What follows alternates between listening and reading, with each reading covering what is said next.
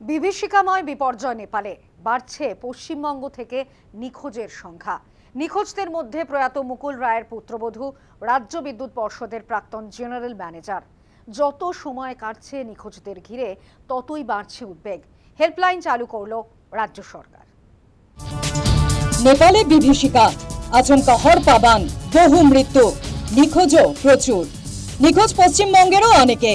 নিখোঁজদের মধ্যে অন্যতম প্রয়াত রেলমন্ত্রী মুকুল রায়ের পুত্রবধূ। একটি ট্রাভেল এজেন্সির সঙ্গে গত 21 তারিখ নেপালে গিয়েছিলেন মুকুল পুত্র শুভ্রাংশু রায়ের স্ত্রী শর্মিষ্ঠা ভৌমিক রায়। বুধবারে বিপর্যয়ের পর থেকে আর কোনো খোঁজ নেই শর্মিষ্ঠার। এই অবস্থায় উদ্বিগ্ন প্রয়াত মুকুল রায়ের পুত্র শুভ্রাংশু। স্ত্রীর সন্ধানে হন্যে হয়ে উঠেছেন তিনি। শুভ্রাংশু স্ত্রীর মতোই নিখোঁজ আরো অনেকে।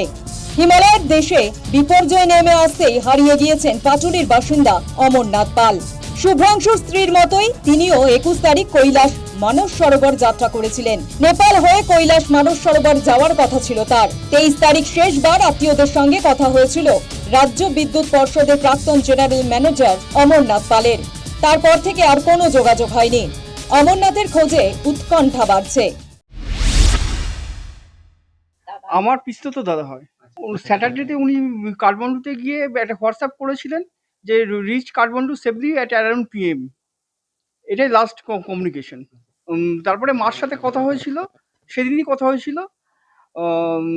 কালকে 26 তারিখে আমি যেটা শুনেছি যে ওর যাওয়ার কথা ছিল তিব্বতে, সেটা কটার সময় ঠিক আমি ঠিক বলতে পারছি না। তবু একটা মানে আভাস পেয়েছি যে 6টার সময় বা 6:30টার সময় ইমিগ্রেশন অফিসে ওরা আর কি যাওয়ার কথা ছিল। তারপরে 8:30টার সময় তো শুনেছি এরকম হরকাবান এসেছে। তারপর থেকে আর কোনো যোগাযোগ নেই। না, তারপর থেকে কোনো যোগাযোগ পাচ্ছি না। নেপাল হয়ে কৈলাস যাত্রার উদ্দেশ্যে বেরিয়ে নিখোঁজ ডায়মন্ড হারবারের স্কুল শিক্ষিকা কেয়া প্রামাণিক। উদ্বেগ দুশ্চিন্তার ঘনিয়েছে সরিষায়। সঙ্গে যোগাযোগ হচ্ছে না, আমরা কালকেরই এটা জানতে পারি। কালকে ফোন করেছিলাম, ফোন করতে মানে কোনো যোগাযোগই হচ্ছে না। আর তারপর আমি ফেসবুক বা এতে দেখলাম যে নেপালে এরকম বান ডেকেছে। দিদিটা রওনা হয়েছিল 21 তারিখ, 22 তারিখে কাঠমান্ডু পৌঁছেছিল। কারণ কালকে যেখানে ঘটনাটা ঘটেছিল ওইখান থেকে দিদিদের কাল আরও ওপরে ওঠার কথা, কিন্তু ঘটনা ঘটার পর থেকে আর মানে কোনো ট্রেসই করতে পারছি না। যোগাযোগ করার অনেক চেষ্টা করছি, কোনোভাবেই যোগাযোগ করে উঠতে পারছি না। কৈলাস যাওয়ার জন্য নেপালে গিয়েছিলেন শিলিগুড়ির সমর মণ্ডল। তার সঙ্গে কোনো যোগাযোগ হচ্ছে না, কেঁদে ভাসাচ্ছেন বাড়ির লোক। একইভাবে নিখোঁজ পশ্চিম বর্ধমানের দম্পতি মৌসুমী গঙ্গোপাধ্যায় ও তার স্বামী অরিন্দম গঙ্গোপাধ্যায়।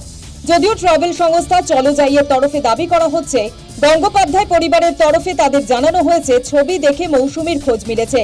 পাশাপাশি হেলিকপ্টারের মাধ্যমে আটকে পড়া পর্যটকদের উদ্ধার কাজ চালানো হচ্ছে। ওইটাও আমাদের কাছে আসেনি। একজন ওইখানে রেস্কিউ করা হয়েছে, উনার ফ্যামিলির মেম্বার আমাদের জানিয়েছে, দুর্গাপুরের বাড়ি। আর উনার ফ্যামিলি, উনার হাজবেন্ড ওয়াইফ দুজনই গেছিলেন। ওয়াইফকে এখন অব্দি যা হয়েছে, যা আমরা খবর পাচ্ছি, উনার ওয়াইফকে রেস্কিউ করা হয়েছে। হাজবেন্ডের এখনো কোনো খোঁজ নেই। ওনার নাম হচ্ছে মৌসুমী গাঙ্গুলি। ওনার ফ্যামিলি বা ফ্যামিলি ফ্রেন্ডের মারফতে আমরা খবর পেয়েছি।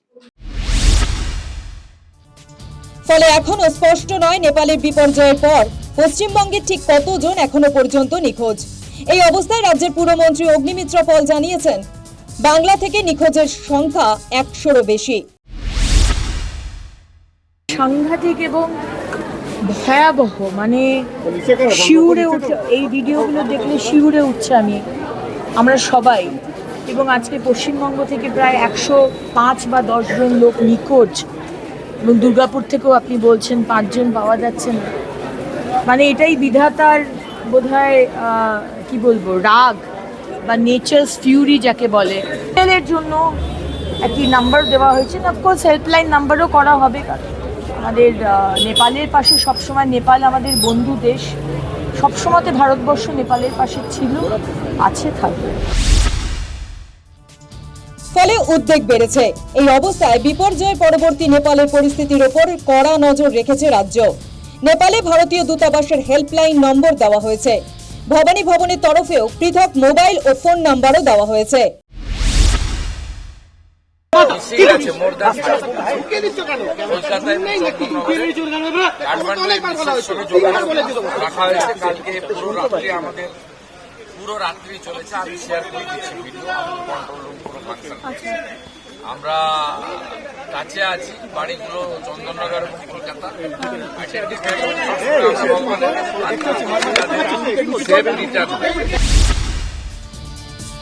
নেপালে গিয়ে আজকে পড়েছেন আরামবাগের পর্যটক বোঝাই বাস।